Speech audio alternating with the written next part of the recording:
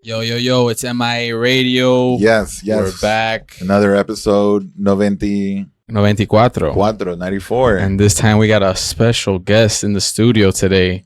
The legend behind the scenes, like, I don't know what's puppeteer or I don't know what's a good word. I don't know. That's a good word. I'm not a puppeteer, but orchestrator, Maestro. Maestro. There we go. That's the word, the maestro. The brains behind a lot of operations, not just one, which we'll get into now, but we have CESAR Morales in the building from. I mean, why don't you kind of introduce yourself, your official title or your unofficial title? I've struggled with my title. Well, first of all, thank you for having me. But I've struggled with my title because I'm not sure what to call it. I wear many hats, that's for sure. But yeah, definitely like to be behind the scenes in the cut, not too much in front of the cameras. You know? Right. That's kind of always been my MO, if you will. It's funny. I mean, I'll get into it off the rip. Like, I've met people that you've hired at Wood, you walk in and you're like, hey, what's up? Whatever. Like, hey, let's have a drink. Like, and then you tell them who you are. I've heard that happen several times early. Or I mean, I don't really.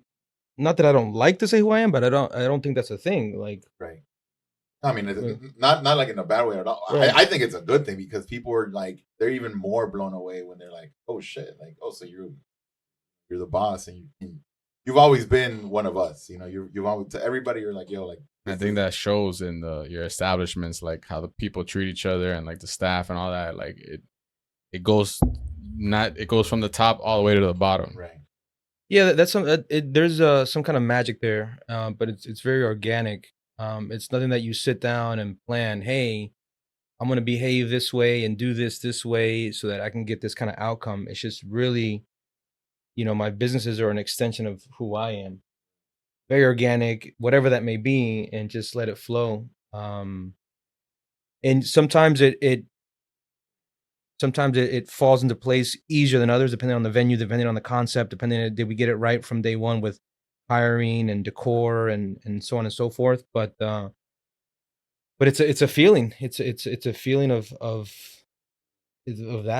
being yourself, of letting people be themselves, and that's where hiring comes into place. You got to hire the right cast, the right people that have that. Yeah. And that's the magic is in the staff, really. The venue itself, anybody can create a venue and decorate it, light it, put some sound up, and call it a day. But it's the personalities, the people running it that really give it that special sauce.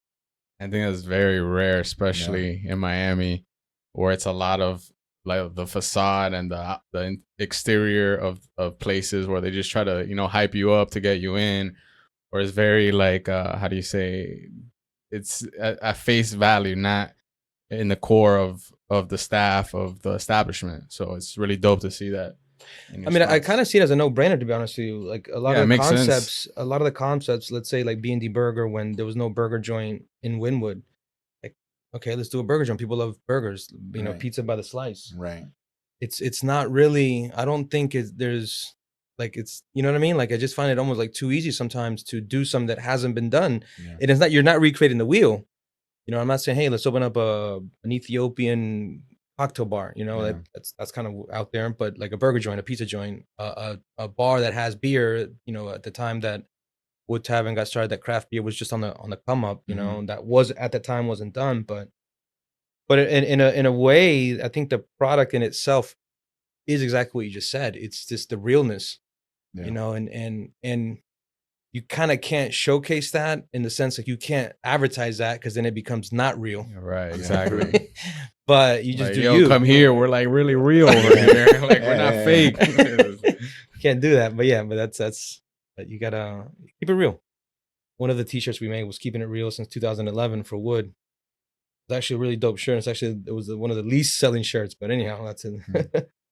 Another combo. But let us know. What was your come up? You on your social media at CESAR Morales, right? Yep. Lately you've been focusing on the business side of things, on how to start a business, and like the back end of things. If you want to let us tell us about your background and how you came up and I know you started with your family. If you want to. Yeah. I mean, I've literally been in a business since like 4 or 5 years old, right before kindergarten. My mom had a little bodega in Atlanta, Georgia. It's still there to this day. It was at the time it was a second little bodega in Atlanta. First one out of business, so she's now the first. I mean, the first one that's still open. It's been open for like 35 years. Wow. So before I was in school, I would hang out there. That was my daycare, and then when I started kindergarten and whatnot, I would go there every weekend. And I was basically there every weekend until 14, 15 years old. Um, and it's just where I learned. I started, when I was 4 or 5, I wasn't working, but when I was 8 or 9 or 10, moving boxes around or doing whatever. So I was always around food and business. Watching my mom. My mom's a hustler in a good way, and very good, very strong work ethic. So I just grew up seeing that. Yeah. And it was only natural. My brother, on the same property. My mom, there was like a little kitchen situation. My sister, when she was like 20 something, she took that over and made a Mexican taqueria. And then my brother, who's always been into music, he took over a little space. And at the time, like sets and CDs weren't even around yet. He had a little music store. Okay. So my sister had her own little thing. My brother had her own little thing. I never had my own thing. I was just running my mom's thing. And after a while, it's only natural. I wanted to do my own thing. We butted heads creatively back then. I mean, she's old school, so me being, being young and full of fire, wanted to, switch things up. Computers, spark it up. yeah. Right. And then eventually, when I was 18, we parted ways. Well, it was my decision to move on. And so I was at the time I was throwing parties in Atlanta. The Latin scene wasn't. I was always into the Latin scene. It was just kind of like the niche. And I don't know, probably did 10, 15 parties, and I would always try to be different with what I did in the parties, whether it was a flyer, whether it was hiring a better light and sound, whether it was. I remember step and repeats back then weren't even. You'd only see them in like New York and LA. Nobody had them, right? So it's like, okay, let's do a little step and repeat, like little things like that. Obviously, social media wasn't around. But I always put more money into them than I made because, like, let's say a party, by the time I rented stuff, whatever, was a couple $1,000s, and maybe I had 200 people show up, which was decent, but the money wasn't there. Right. So, funny, I think it was your night recently, or obviously pre-COVID, DJ Laz showed up. Yeah. I took DJ Laz. That was one of the last parties I did in Atlanta. Forgot the year, and it was Zog and Laz. Oh wow! And he remembered that night. I met him. I re-met him that night that you were on Thursday, and I got tired of losing money.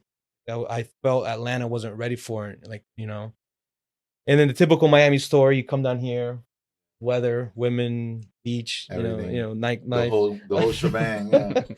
Learning you in, it's not. And I've never shared this publicly. I moved to Miami with $300.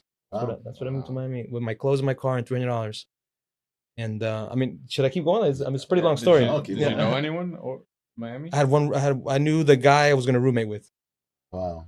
Yeah. No. I mean, we're here to listen. Okay. The camera's charged. It's pretty long story. I don't want to bore you guys. I'm genuinely intrigued. Yeah, I'm personally intrigued because I've known you for years and I worked with you for years, and I know that you come from Atlanta. I know that you've been involved in different businesses, and you are pretty private about your stuff. And when you started posting more on your personal page, and we had been talking about getting you as a guest forever, and then seeing more of that made me want to be more interested. I just think nobody's sharing that. Nobody know. And just 5 minutes ago before we came in, I was telling you about the struggles. Nobody knows how difficult it is. Especially in Miami, enough people don't share that knowledge and that game with each other. Like everyone has that famine mentality. I think I'm in a comfortable place in my career where you know what I mean. I'm comfortable what I've accomplished and I could share it. Maybe when you're started, you don't want to put your secrets. Right. I'm cool. I'm cool. Or come off as you're bigger than what you are, but you're still in it. Right. Well, I mean, no. I'm saying you don't want other people to think that you wouldn't do it in that way. But I'm saying I don't know, the hesitation initial was, okay, what does this guy know, type of thing. Okay, so you have 1 bar or 2 or 3 or 4. You have a track record though. But it's just mainly sharing. My whole thing was maybe somebody can benefit from it, and I've got a lot of love on DMs and people Thank you. And from different cities too. Like it's pretty cool. I mean, I would imagine it was a local reach, but different people from different cities. I was like, okay, cool. That's like, how did you, you know? So I moved to Miami, $300. Didn't want to do any more parties, and I got a job as a waiter. Sunset Place is no longer there, called Coco Paso. I never been a waiter before. Had never worked for anybody before. It was always family. Right. And wait, I said I was 18. I think I was about 20. I think I was around 21 when I moved down. And little spot on US 1. A friend of mine wanted to do a little business, and we looked into it. Numbers didn't work out, and um, it's funny because he's a really, really big architect that I didn't know that at the time, and it was a rinky-dink little spot. So imagine calling up, some big shot to come. I remember he parked the car, and he didn't even turn off his car. He just got out, and he does nightclubs. That doesn't say he's in business. And so it's kind of funny, we're very, very, what is it, green around the ears. And so it didn't happen there. Fast forward, I ended up getting a job. I don't know if you guys remember Mesanote in Coconut Grove. It was like a restaurant, Italian restaurant. And I want to say it's the same owners as Carpaccio, that whole group, Bar Harbor, and they have something in Merritt called, anyhow, worked there. And in Coconut Grove, there was an old Mexican restaurant called La Gloria. And it came up for lease. Year was 2001, and buddy of mine, my best friend, he goes, "Hey, let's do something. I'll put up the money. I put up the know-how and the knowledge." I was like, "Cool, let's do it." And we were gonna take a couple of months. We ended up taking 8 months to get same thing, permits and the whole shebang. And we made it. It was all rustic, and it had like the orange tile, and like the walls had texture. It was like an authentic hacienda, and we turned it into like a sleek, white, modern. At the time, Pearl was open. Pearl above Nikki Beach, Nikki and Beach, right. and we had a resemblance. That was kind of the trend, and we made it expensive, exclusive. We had an executive chef. He was really talented, and we had everything expensive. That's what I thought. That's what I. It took us 8 months to open. We were in business for 2 months. Just by the time we even opened, we were out of gas. I ended up having to put money in, loans, and this and that. This was the time where you would get in the mail a check saying, "Hey, sign the back of this check and deposit it, and you 15K, 20K, Right. and it's yours." That doesn't exist anymore. But back then, we built it. My friend's money was all on credit cards, probably like $200,000 on credit cards. Again, back then it was way easier. So here's where the tie into today's to like WoodTavern and whatnot. Went out of business. I realized that food was very hard. Food, like the cost, you have to have, recipes have to be on point, and consistency, and blah blah blah. So we had a partnership. The by the end of the year, the 31st of that year, I was like, "Look, this doesn't even make any sense. I'm out. Like, it's not going to make any sense." He ended up having his own party on the 31st, and that was that. And week or two later, reached out to my mom, and I was like, "Mom, I kind of want to see if I can do this on my own." She agreed to put up some also credit card money and whatnot. I mean, my mom's not wealthy, so she's a just a small entrepreneur. And I worked it out with the landlord. I told my friend, I said, "Hey, I'm able to reopen this, but I'm gonna do it on my own. Different. This is gonna be just my mom's gonna hook me up, and we're gonna. So I painted it all black, and I called it Home Night Spot. And now, again, nobody knows about it. It took me. I mean, it was open for like 6 months. But what I learned there was the bar is where it's at. I was able to hold on with a shoestring, and I mean shoestring budget. Like, I think I paid the rent, went to Home Depot, bought the paint, bought some mix match furniture here and there. And so it stuck with me, the bar, the bar, the bar, the bar. Forget food, the bar. So that was 2001, 2002. Again, after 6 months, it didn't happen. And it took me almost 10 years to open up WoodTavern, with the knowledge of what not to do, Right. by having that expensive restaurant and trying to be exclusive and trendy. Wood was the opposite. Wood was, even the name was like, okay, what names are out there that are sustainable for that? There's, it's not a trendy thing. And so Tavern the name Tavern, a lot of the places that I heard about in different cities, I've been there for 20, 30 years. So Yeah. that's where Tavern came from. And then Wood, of course, Wood. So, but pause there for a minute. Apart from learning what not to do, I lived in Madrid for 1 year in 2009 to 2010. There's a certain neighborhood of Madrid that was just like the the cool spot, the tats, the graffiti, the skaters, and that's kind of what resonated with me. And so Wood was inspired by that neighborhood in Madrid called Malasaña.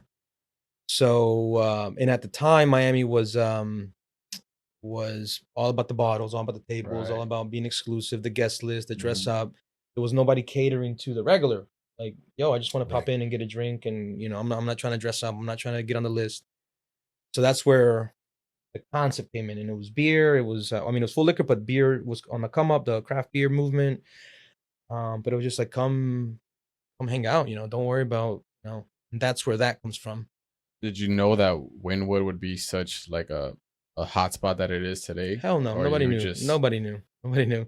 I liked the area because of the graffiti and the art. It was still very raw. I actually did have an office before. When I was living in Madrid, I was doing graphic design and printing. I had my office in Miami in Wynwood, on 23rd Street, right next to La Sandwicherie, that building. Nobody knew. If I would have known, I would have bought real estate, but nobody knew. It was still kind of grungy. It was still on the come up. And plan B, if the barn didn't work out, was to have my office for printing and graphic design in the space. Rent was like $2,400. That same rent now is 10 times, probably not even 10 times, probably like 15 times that. So, Shit. but yeah, Dude, so uh, I'm gonna say the first time that I went to Wood, like it was. I remember because it was very weird, like in a good way. okay, Like you said, we were doing stuff on South Beach, and I had heard of the spot, and I was playing at. I would do little things like Cafeína, okay. just events and nights and whatever. And then somebody was like, "Yo, meet me down the street," and I was like, "Bro, like I can't just walk over there." That's Mind you, right. it's like 2009, like it's 2010, 11, like it's early. I'm trying to think exactly the year. I think it was 2011, 12, and I was like I had heard of it and I had never been, and I was just kind of like very intrigued. And when I walked in, I was like, "Yo, this place is awesome!" Like, mind you, the back was a eighth of what it is now. The inside was different and everything, and from the first time I walked in, I was like, "I want to DJ here." Like in my head, I was like, "I Well, want if to it was DJ that early, here." we didn't even have DJs back No, then. no, it wasn't. It wasn't. It was like there was like new wave music and like it was like Indie. 80s and That indie was that stuff. was that was Like yeah. I was like, yo, I want to DJ because I had just come from Texas and I was playing all that stuff over there. So I was like, yo, like this venue's playing copy. Like wow, like this is dope. And it was cheap. The drinks. I remember going to the bar like and getting a drink, and I was like, wow, Coming like, from South Beach, coming from South it Beach was because like, we were heavy what? on South Beach, and like even people would even, and this is another thing, people would even like when I tell them I played at Cafeína, like they're like, what is that? Where is that? Like people were so because they were so like with blinders Right. on, and I'll throw this in there like when I started on Thursdays and I would have nights and everything, and like for the first year, maybe even 2 years, I would tell DJs like, yo, like younger guys that wanted to like connect and whatever, I'd be like, yo, man, just come on a Thursday, hang out, because on the weekends, we were on the beach and we couldn't have that environment to like have people over. Like if Zaya was to come and see me on a Friday and I'm DJing and I have to deal with a manager, I have to deal with this, And they deal might with not that. come in. We had to They worry cut about in. like even if we were working, So they I might would- not let our guests in. I would tell Right, I would tell all my friends, and that's when I would play in the front. So like it got to the point where everybody in the front was just all my friends. Like people would walk in and be like, "Damn!" But you were inside at the beginning. Yeah, that's what I'm Oh saying. wow. So when I was playing inside, like at first, some of those DJs that were like, "Nah, man, I want to go see you at Mokai. I want to see you at Mansion." Like they'd be like, "Nah, like Thursday, no, I'm busy." And then like 2 years later, like, "Yo, what's up, bro?" Like, "Yeah, nah, cool, bye." But at first, it was like Paul and like everybody. Everybody would just come up and we'd all be in the We inside. were there like every Thursday. Every because it Thursday. was like that. For a good year. Yeah, because it was like the hangout Didn't even know spot. there was a back. Yeah, we just Yeah, go that's right, 'cause $6 special. We did Saturday. The first it was Sunday with the DJ outside, Yeah. and then Saturday, then Friday. Then Thursday. And then Thursday was later on. But yeah, so when I first went, I was like, yo, this is amazing. Because, you know, I've lived in other cities. I've been in different environments. And like, to me, it was just, it kind of like reminded me of just not being in Miami. You know, the whole like Williamsburg vibe, the whole like, you know, like something younger and new and fresh. And like, I was always looking for new places to go. I remember there was a few things like in Midtown. That's when like Gigi's was open too. Like, so there was little things. Bardot was open, but like Wood was just different. Like it was like eye opening for a lot of people, I think, and I think it changed the game in Miami. Period. Like, thank you. And that was the first. That was the first time, and spot. I didn't. Yeah, and I didn't. I mean, I didn't play there for at least like a year and a half after. So, and it's crazy because I remember because I moved to Vegas for like 2.5, 3 years. Because I was still chasing that nightclub thing, but every time I would come visit, I would come see Kaz, and every often more and more, I was like, "Yo, there's something happening here that's like, this is the vibe that we were missing. Like this, like homie, come hang out, good music, good time." So like, slowly, like every time I would visit, I'd be like, "Damn, I want to play here. I want to play these spots in Wynwood, like not this nightclub fucking bougie shit anymore." Right. So it was crazy. It was dope to see that growth, like throughout those years of like going from a little hole in the wall spots to like growing and growing and growing to what Wynwood is now is like crazy. yeah, Like, I have friends that like come that, you know, they come to Miami once a year or twice a year or whatever, and then they're like, every time they walk into Wood, they're like, something's different in a positive way. They're like, damn, this is, oh, now there's this over here, or you know, like when they took the trucks out, or like all that stuff. And I think that's what's kept it fresh and always kept it like That's funny because that was like an ongoing joke with customers, like regulars that would come, you know, on a Thursday and then they wouldn't come back until the next, let's say Sunday, and something was radically different. Like Yeah. at the beginning, it was, and it was out of necessity. It was out of like, okay, we did this last week, but then we noticed that there was a bottleneck here, or whatever. We're gonna add more tables, or we're gonna add the food truck, or we're gonna Yeah. like it just out of necessity just kept adding and tweaking and but it became a joke. We're like, if you didn't go for 2-3 weeks, Yeah. you'd come back. You're like, whoa, this is totally different now. So, yeah. I mean, there's not so much room now to change so much because you're kind of you've maxed out, but you still work with what you have. You know, you can still rearrange Yeah. a little bit here and there. So once Wood was open the first 2 years, if you want to kind of break down from, or like, you know, your take from 2 years to, I would say about to like 2018, 19, which I would think is like when Wynwood really, really blew up. Like right. some of the changes that have gone on the bar, or like you know, your other venture, like, you know, with La Rosas, even Berserk and stuff like that. Like, you want to kind of break that down for us and let us know. I mean, the biggest difference was the foot traffic. You know, now, well, pre-COVID, you know, you have buses of tourists, you have daytime traffic on a Monday Right. at 2 o'clock. So that's been the biggest difference. And then you also have way more venues, so then there's more options, and then, you know, of course, then you have people coming that night to see go to those other venues. So the dynamic as a whole, it's no longer that underground feeling. I mean, I think we can all agree to that. You know? So foot traffic during the day, more venues at night, so then there's more nightlife.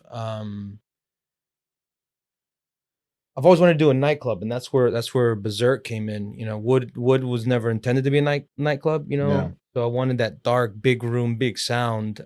So I want to say 2 years. So Wood opened up in late 11, and in 13, I think it was, the opportunity to do the old Soho Lounge space came up, and that was supposed to be a real quick. There's a long story there too. It was supposed to be a real quick. In my mind, it was going to be like a 2-month remodel, put in a big sound system, call it a day. Like Right. conserve the space, what it was, tweak it, but nothing, you know, nothing structural, nothing whatever. And that ended up taking like 8 months, and there was some complications with the liquor license. I mean, I basically felt the landlord lied to me. I went against the advice of the liquor attorney, being naive, saying, no, this guy, he told me he's got a liquor license here and blah, blah, blah. And ended up not being the case. And then last minute, we ended up having to comply with the liquor license. We had to have food. Right. That's where Benchwarmers comes in. Right, I remember. Where we had to literally throw together, not literally, but we had to throw together a concept to comply. So I said sports bar, whatever. I never even finished. I remember the bar top for Berserk, and to this day I remember the bar top for Berserk was never even finished. But the focus was on Berserk, right? That's what I wanted to do. That's where the big money was. And when it came time, Berserk was open 3 months, 3 months. I mean, one thing in business I have learned to, like, when something's not working, when to pull the plug. Some people are hard headed and you keep going, then you drive yourself to the ground because numbers are numbers,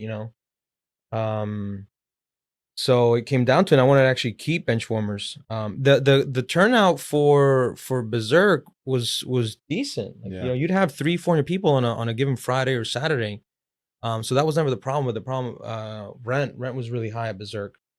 I went away from the original game plan and the original numbers of having one room, and this was the overhead, boom, and then it ended up growing and growing and growing, especially by it in the kitchen and whatnot. So it got really expensive, and then the for what the crowd that was coming in, for what they were spending, wasn't enough to cover. I mean, it's just basic economics. But Benchwarmers was doing decent, like it was at least breaking even. And I figured, okay, if I throw in some love, Benchwarmers, and finish the bar top and tweak the menu, and actually, I was gonna add an outdoor seating, but the landlords didn't want. They wanted me to keep the whole thing or not to keep anything at all. So after, like, I tried, I showed them the numbers. Hey, here's where we're at. Place is not doing it. Said, no, you take it all or that's it. So I got a U-Haul truck and took everything out, and they showed up the day of, and oh, you should have told us. We would have given you just a kitchen. I'm like, I asked you. Yeah, exactly. Yeah. So that was a short-lived Berserk, but nightclubs are tricky, man. I mean, even B-side. Yeah. The nightclubs are tricky. You have it's a different business model than a bar. A bar's open 5, 6, 7 days a week. Open at 5. You have happy hour and people are there at 6, 7, 8, 9. The club is Friday, Saturday, midnight to 3. That's it. So you have this short window to make all this money to cover up your weekly or your monthly expenses. So you have to be doing something. I mean, that window has to be hitting, and for that, and that's why bottle service. Yeah, it's the only way. It's really the only way, unless you have really cheap overhead. But these days, exactly. These days, it doesn't. Everybody thinks they're the next Winwood or whatever, and so they're charging an arm and a leg. So, do you see that? Let me ask you this. This is something that I've noticed. I've noticed that there's a trend in more neighborhoodish style kind of nightlife scenes or whatever. Like, you have like Doral and in the Gables, like that's popping off like that. Like, so you think a lot of people are trying to forecast, like you said, like the next Winwood, and like they think that that's going to be the next move, or people just trying to do more regional, like make it there? I think people obviously COVID paralyzed everything, so everything stopped. But right before COVID, you even notice, like, on real estate marketing and flyers and whatnot, that people are. I mean, I understand it's marketing. The realtors are trying to sell the properties, but everybody's marketing something as the new Winwood, West Winwood, North Winwood, and me personally, I've always. Again, let's talk about Alapata. I'll answer your question. I think Alapata is right where it's at, because it looks like Winwood. It's raw. It's got the warehouse. It's kind of flat, and you don't have residential. Boom, right there, like Little Haiti. You have a storefront, but behind it is a house. So Alapata, certain cuts of Alapata don't have that. But when La Rosas came about, so let's talk about La Rosas. La Rosas. Let's be honest, the crowd that went to Winwood in 2011, 2012, 2013, they're not there anymore, right? It became too commercial, it became this, whatever. So I was like, okay, where's that crowd? Exactly. So Rosas was created to cater to the old Wood crowd, and I'm happy to say that where things are now, it's I accomplished that. It took a minute to get there. I mean, it was the first thing in Alapata, but no. I think it's funny because I say that all the time. Like, when people are like, "Oh, I've never been there," I'm like, "Remember when you first went to Wood?" Yeah, I'm like, all right. I never heard it like that, but now that makes that's what I always. Sense. So people are like, "Oh, it is." I'm like, "Look, it's like how Wood used to." They're like, "What do you mean?" I'm like, "Oh, you can go to the back, in the front, chill. The music's chill. Everybody's on their own shit. Like, it's a cool vibe. Like, and to me, it's always like, I don't know how many nights we've ended up there till like 5 a.m.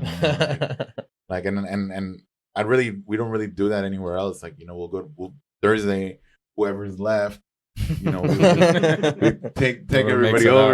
over, and yeah, be there till like 5 a.m. The staff and everything, and it's always comforting environments. Like, there's never that's the one thing about La Rosas, about D&D. It's always like comforting, and I feel like the staff is always welcoming in their own way, and like that they feel like I get hit up anytime that there is like an open house or you guys are doing hiring, my phone blows up. And I'm like, hey, look, like I don't know, like I can only do so much, because people know it's like such a covenant position, for bartenders or anybody in the staff, because they know that, like, yo, like, but bartenders or what aren't going anywhere, Right, like, right. it's like it's been set, it's been that's been created. But going back to the subject about La Pata, so from early on, as opposed to, I mean, I embraced La Pata, and now, me personally, it wasn't the new Winwood, it's La Pata. La Pata. And why piggyback on something, like create your own? Like, I take pride in creating new things. Yeah. And that's my own challenge, and on how can I be different? How can I create something different? And you look at the feeling and the components may be similar, but aesthetically, musically, you're talking about two different worlds. If you walk into B&D, if you walk into the Mojito Bar, if you walk into Rosas, but yet they feel comfortable. That's for sure the one common element. But, were you hesitant to open Las Rosas after Berserk and all that difficulty you had?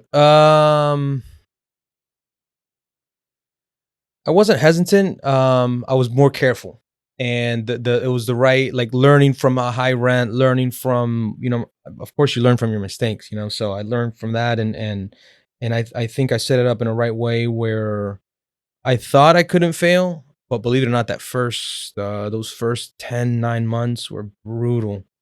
Like, the spot was set up, and I mean, we would have, and here's an interesting story. Like, you would walk in on a random Saturday, right? The first 8 months, 9 months, and there would probably be 12 people there, but it wouldn't feel awkward. It felt right. Like, you had a couple over here, you had two, 3 dudes over here, and it just still. But then at the end of the night, sales were nothing, Right. So the first 8 months, there was a lot of losses there, and that's where B-side comes along, where I'm looking at this thing. I'm like, okay, the place is set up, people that come enjoy it. Okay, but the numbers aren't there. What can we do? What can we do? And my last hurrah was like, okay, let's do hip hop. I just figured that has always been the no brainer. It will work. So, okay, so how do I put my spin on it? So B-side, I came up with the idea of B-side, underground, 90s, 2000s, simple black room, decent sound system, and that raw feel. And then even that didn't work. It was lukewarm. And then there was a new manager that came on board around that time. He had worked at Churchill's, Nicky, and he turned La Rosas around to what it is today. So I mean, that I do owe to him. And then it came where, so B-side, so now Rosas went from this big thing to half of it, because the other side was B-side, back to being all of it, right? being this one thing. So yeah. But you roll with it, you analyze it, and you navigate, and you change what you think is right, and you don't always get it right. Obviously, let's try this; it's gonna work, and then you do it, and it doesn't. But I mean, there's never a time where you open the business where it was just smooth sailing first 8 months. It never happens. Like no. Wood was great off the rip, like in terms of it was Art Basel. Right. It was timing. It was the location. It was the neighborhood. It was craft beer. I mean, so. Well, yeah, would never let go of the accelerator from day one. It was like a good 4 or 5 years of just growth, which is why this venue grew. Why different. Then I took over the space of and put B&D. So, but it plateaued. I think the height was probably 2017. Yeah. In terms of sales, in terms of that's what I said. Like, I was trying to like say the dates, because I mean it was a boom, and then I think, I mean, from my perspective, everybody started kind of mimicking something, one thing or another from Wood, or one thing. I don't know if this too touchy or whatever, but like, yo, like the bleachers. Here we go. This might be the only spicy thing of this episode, but like people know, if you've been, for everybody listening, if you've been to Miami and you've been to Wood, you know the bleachers at Wood. That's like monumental. And then out of nowhere, like sushi spot have bleachers. Like, you feel me? Like, it's crazy because like the back sushi then spot. you were like, "Yo, bleachers, that's so crazy," but like now it makes sense, and then everyone try to copy it because it was like this came up recently. I was I don't know what page it was on Instagram. I'm flipping through it and I see bleachers, and I'm like, bleachers, really? And my comment was, I didn't invent bleachers, but yeah, right. Nah. It's such a smart thing. Like, I never thought about it until I was DJing outside in the little house. I was like, yo, like, that's so clutch. Well, you know what the I don't think I've ever told the story where the bleachers, I guess the inspiration came from. It's and I'm not even from New York or anything like that, but it's like being on the stoop outside. Right. You're just chilling. Like, that's on the stoop, right? You have your boy behind you, you're in front. It's just forces like this interaction and like hangouts and environment. Yeah. It's like I saw an episode of like Bar Rescue where he would make these purposeful things that like made you bump into someone or interact with someone. And it's like the bleachers, like subconsciously you don't even notice, but you're like chilling with like people all around, and you don't know this person, but you know the person behind. And even now, because I mean, I've gone, new regulations and everything, and it's like the bleachers is perfect. It's like if you're with your group of 6 people, you have your little bleacher area. Right. It works as a table. It works when it's busy and when it's not busy. Yeah, it's like it has like a double functionality. It's a feeling. It really is. Now I'm, the thing is to create the next bleachers. You know what I mean? Like to create what's. I love architecture, so it's like, what can you do? You mentioned, venues, and let's be real, around that time, 12, 13, you would see picnic tables, string lights, beer garden, and again, obviously I didn't create any of those things. But it's like, my perspective is there's so many things you can do. No. So many lighting fixtures, so many kinds of tables, so many kinds of whatever. Why do the same thing? As an artist, as a creator, create something fresh, something new, make your venue stand out by having this, so, which is pizza and beer. I've been working on it for 2 years now, and hopefully we're a couple weeks away from opening, but the openness, I don't know if you've seen it it's on 23rd Street and North Weatherford Court. The first thing, and this is obviously pre-COVID, was to have the front all open, so you're inside but looking outside, so it's an inside-outside vibe, and then the outside seating area. So looking at the trend, looking at where everything came from, you have 2011, 12, 13 beer gardens, chilling. People started adding DJs, so everybody has a DJ. Yeah, everybody who has a outdoor area has a dance floor, has a party. I look at that and I'm going back to beer garden because nobody has a beer garden anymore.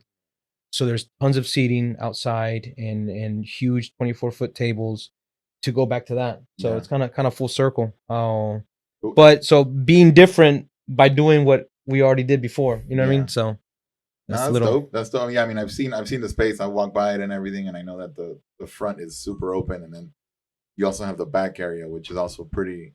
I mean, it's crazy because seeing it now with COVID, you think about shit like that. You're like, oh, it's super wide open. So like, it's definitely gonna work moving forward and moving in that position. So fast forward 2020, you got all these spots, all these venues, and then something happens in March. I forgot what was it? COVID, pandemic. What is that thing? Yeah, I heard about it. How did that affect plans, your businesses, your everything, your staff, because we've been talking about it like the last months with DJing and nightlife, but we wanted someone that's like behind the scenes, in the trenches, like with all these different ventures, like having to navigate through all this. I will say this: the one thing that made it, I don't want to use the word easier, but that's the word that comes to mind, is that it affected everybody. Yeah. So if it was an isolated case like Zika, and that only affected, let's say, certain parts of Miami or whatnot. It's a little different versus global. Yeah. So people have been more understanding. Let me tell you, I mean, there's been a lot of rough patches, but everybody's got to understand. Everybody's got to work together. Everybody's got to, like, if we were closed, we were closed for 6.5 months. Then we reopened, and then for a couple of weeks, I think the curfew was 10 or 11, and it was nonsense. It wasn't even. Thank God that the curfew got lifted, because, well, technically it's not lifted yet, even though Miami's not enforcing it, but the Miami-Dade is. But the Miami-Dade has a curfew, but that's not being enforced. It doesn't make any financial sense to open. Like, you literally, you're literally lose by opening until 10 or 11, having a staff, whatever sales you have until 10:30. But now I don't even want to say decent, because they're not. They're a fraction of before, but at least there's some movement. There's some movement, yeah. I decided those first couple months of the pandemic was, I was like, holy shit, what's going on, but I think around April, I was working at Pizza and Beer, and then there's next to La Rosas, or a block from La Rosas, there's a Colombian concept that ties to my childhood. And I came very close to letting that one go, just because it was the riskiest one. It was, it's an Alapata.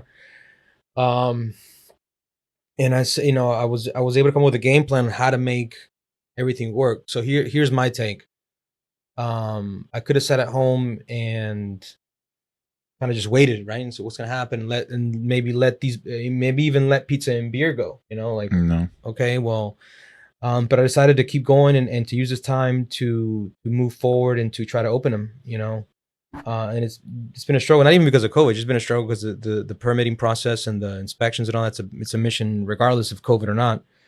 But so I decided just full force ahead, just to try to get these new businesses open.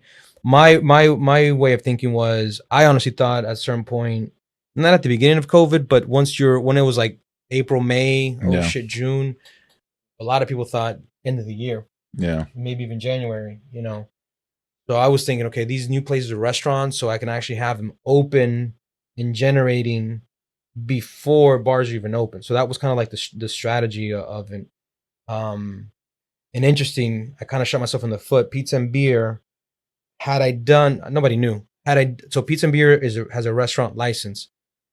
If it didn't, I think I could have opened it up. It could have been open already, right? But because I went the restaurant route. Oh wow! But I didn't at the time. Yeah, of course. I thought restaurant was, But here we are still trying to open. Yeah, I mean, you couldn't. It's always about the recovery, especially now, and the bounce back or the not even a bounce back, but like getting back on track, you know. Yeah. And then the other, there's just a lot of emotions, a lot of, it's a large staff, and a lot of, obviously they're uncertain about their future, and there's a lot of that. Nobody had answers. Right. When are we going to open? I don't know. What's going on with money? I don't know. What's going on with this? Unemployment benefits and whatnot. They're going to extend it, or they're going to not. So it was just that. It was that the unknown was probably like the worst thing, like not knowing anything, being in limbo, like not being able to make moves, go forward, go backwards. And a lot of your staff is like friends and family at this point. I can imagine. So it's tough to kind of. And everybody's going through their struggle. I get it. So people are struggling to pay their light bill or their cell phone bill. I get that. And at the same time, my hands are tied. Yeah. I'm not sitting. I mean, I'm self-funded. I'm everything's through either loans or through profits of the other businesses. There's a lot of risk or a lot of leverage on my side. So, okay, I'm doing this, but I'm taking money from this. I'm doing this. It's not like, okay, I got millions of dollars in the bank and I'm gonna go. Right. No, it's not. That's not the case. And that's kind of also the behind the scenes of the IG, just to kind of show nobody knows. You go to a place and you see it built, and you don't know that you go through hell for a walk-in cooler, for a handrail, through a sidewalk, I mean, I've been doing it for a while and I still get like, holy shit. Some of the things I see you post are insane, because you'll post, all right, this contractor is going to come and work on this ramp, and then they work on the ramp, but they forgot to do one thing, and then so that person has to come back and this, and it's just like that one ramp is one of 500 things in the venue that like you're worried about. And I'm Right. like, damn. And then after you post that, and then you post this, and then this guy painted this, but he didn't paint this part, and now he has to come back, and it's all that, and then plus the permits, the shit from the city, and everything else that you're dealing with. It's like I had this morning the walk-in cooler wasn't it's a brand new walk-in cooler at Pizza and Beer, wasn't cooling right. It's empty, but it wasn't, you know, I called the guy up, and the guy comes, he's explaining to me, nice dude, he's explaining to me how the temperature works and this and that. And I'm there listening, and he's like, "Oh, touch this pipe." You know, I'm touching the pipe, but I'm thinking, like, man, I have so much shit going on right now in my head. The last thing I'm really interested in is a walk-in cooler and the temperature gauge, you know. But hey, I went along. Thank you for explaining to me, you know, that. But then I walk away thinking, and I'm always that my mind is always uneasy. I mean, unrest. Like it's always, you know, just a million things. And again, walk-in cooler, ramps, the amps for the sound. Even though there's not even there's like a normal sound system in Pizza and Beer, they're overheating.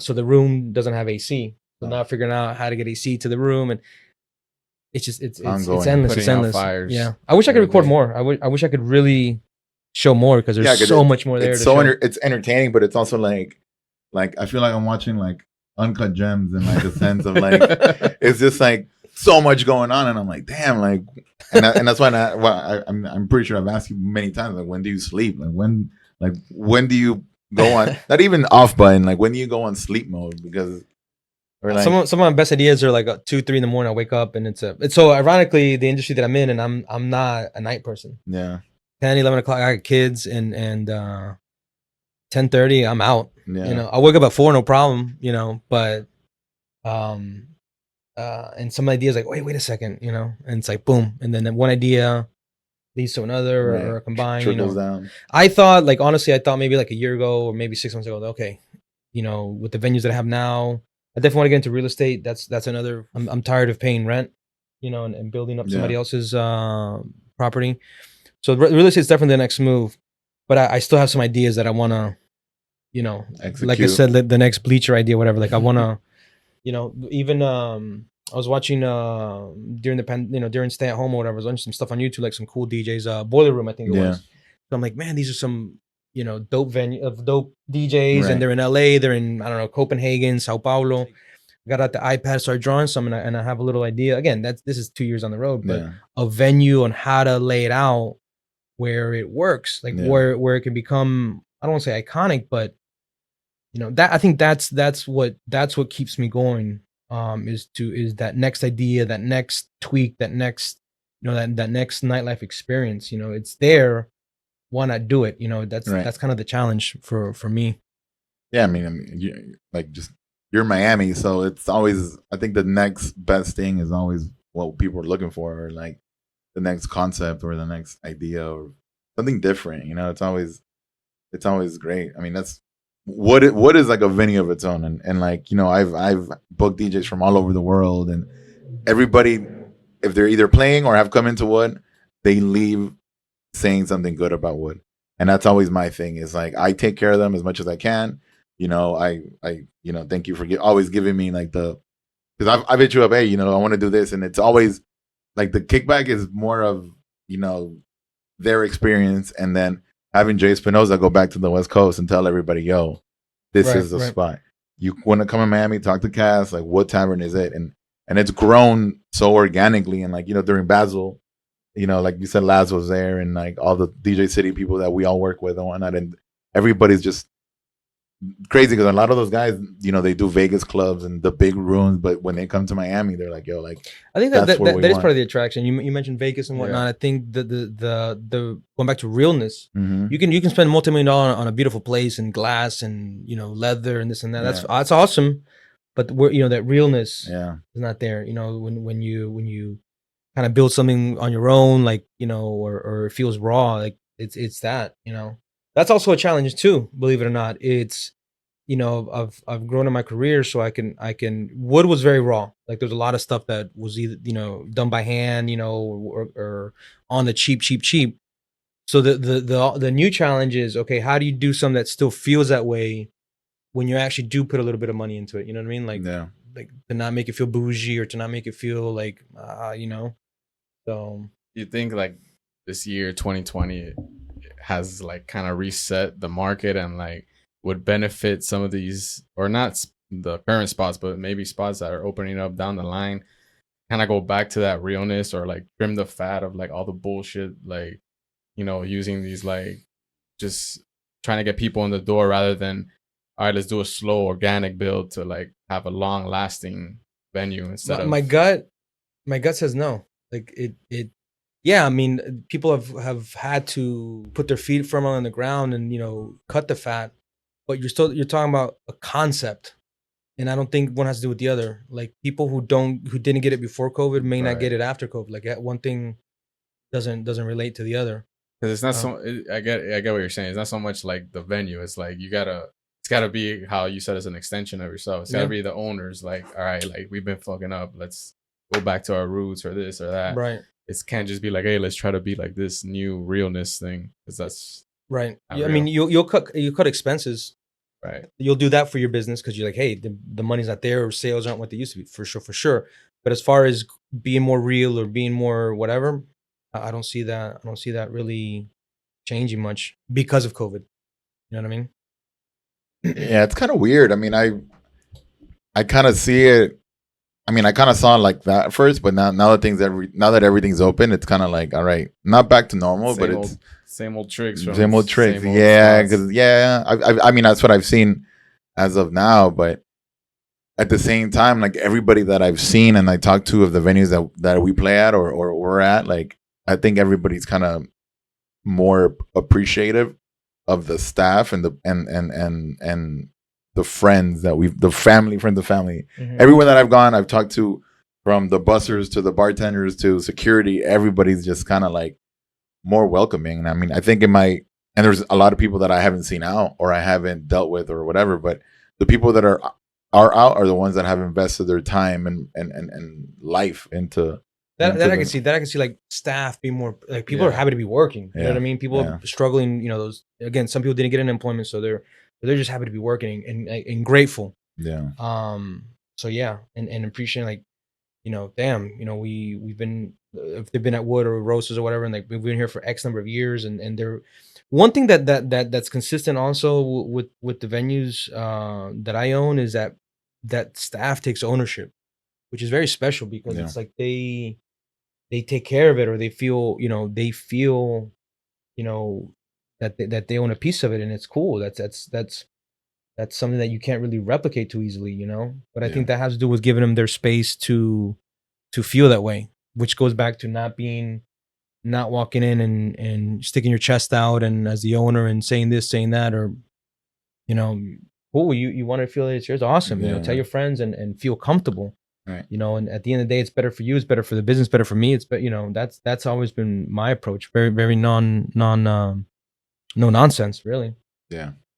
No, it works. And the one thing, kind of going back to what we said about when we were on South Beach doing this and doing that, like working for, you know, all the managers, all the staff, like, you know, I'll say, like, there's no other venue that I walk in and I get my check handed to before I start DJing. like you tell that to any DJ, and that's an extra, like, that is worth more than money. You feel me? Like, and little things, and it's really that bad. Yeah.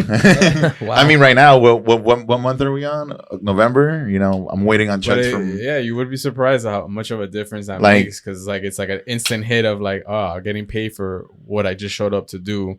So you know, you're more inclined to like give it your all, because you're like, yo, this venue respects my time and gave me the check ahead of time, so I'm gonna respect their venue and like make sure I do my job. Yeah, and like, I mean, and everything, like, you know, like from that to getting your drinks taken care of to the managers coming in and checking in, and if I have a guest, if I got somebody coming in, like they'll make sure that, you know, like when lads has come by, like I always tell the manager, or somebody, if I have, you know, whoever, an artist come by or somebody, I always let them know. And management is always like, and it's about, like you said, it's about owning it, but it's also because like we've dealt with those like bottle service or certain venues, people that are assholes that to them you're just replaceable. Like there's a lot of venues that we work that we're the monkey on the wheel, like the hamster on the wheel, you know, we're there to make it move. And if you don't want to do it, you jump out because somebody else will do it, you know. Right. But with you know, at Wood, it's like, you know that you're there, and it's it's a covenant spot, you know, from the DJs to the bartenders to the bussers to security. Like everybody wants to work there. Everybody wants to be good, so they hold their position like with pride, and they're about their job, you know. So it's cool. Thank you.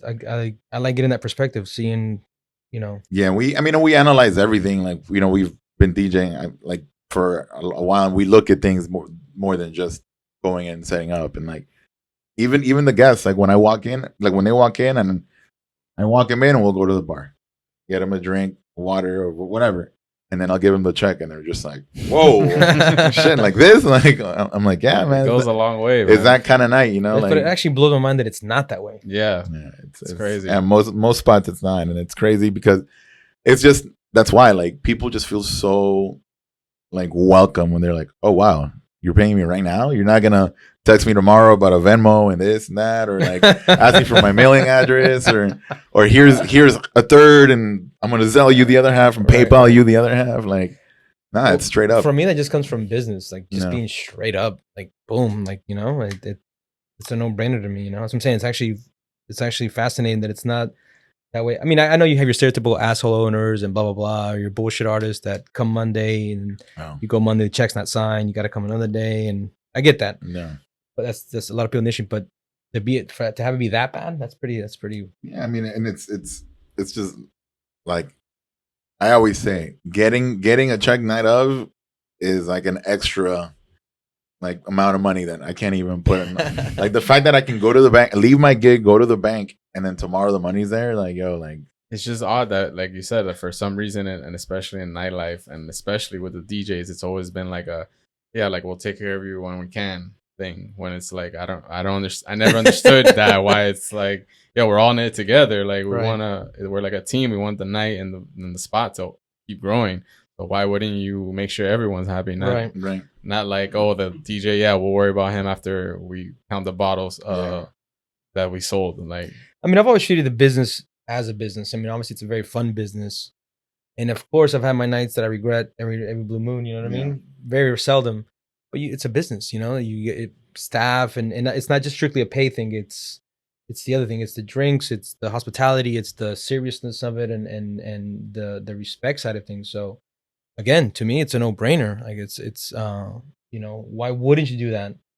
You know, why would, if we have an ongoing relationship, keep it going? You know, it's not like you're a fly by night. I see you today and that's it. It's like you come every week. Let's you know, have your stuff ready. Yeah, and I think I mean that's why a lot of people that we've worked with or that we know have succeeded, because when you deal with, like, as cheesy as it sounds, like with a real one or like the real people, like you're like, oh wow, you understand this. Like, so you know that I'm doing this for us, you know, and that's an approach that I've had, like the venues that I've worked at recently, like now, you know, I've been like, yo, thank you for having me. Like, so good to see you. And however I can help you, how I haven't, if I was doing something wrong before, now that we're back, let me know how I can make it easier for you and help your business even more, because like I've made money off of, you know, I made a living off of playing at some of these venues, and you know, now that I'm back, I'm way considered and grateful. So I'm like, what can we do? Like, what else can I do? You know, like let's help each other out, because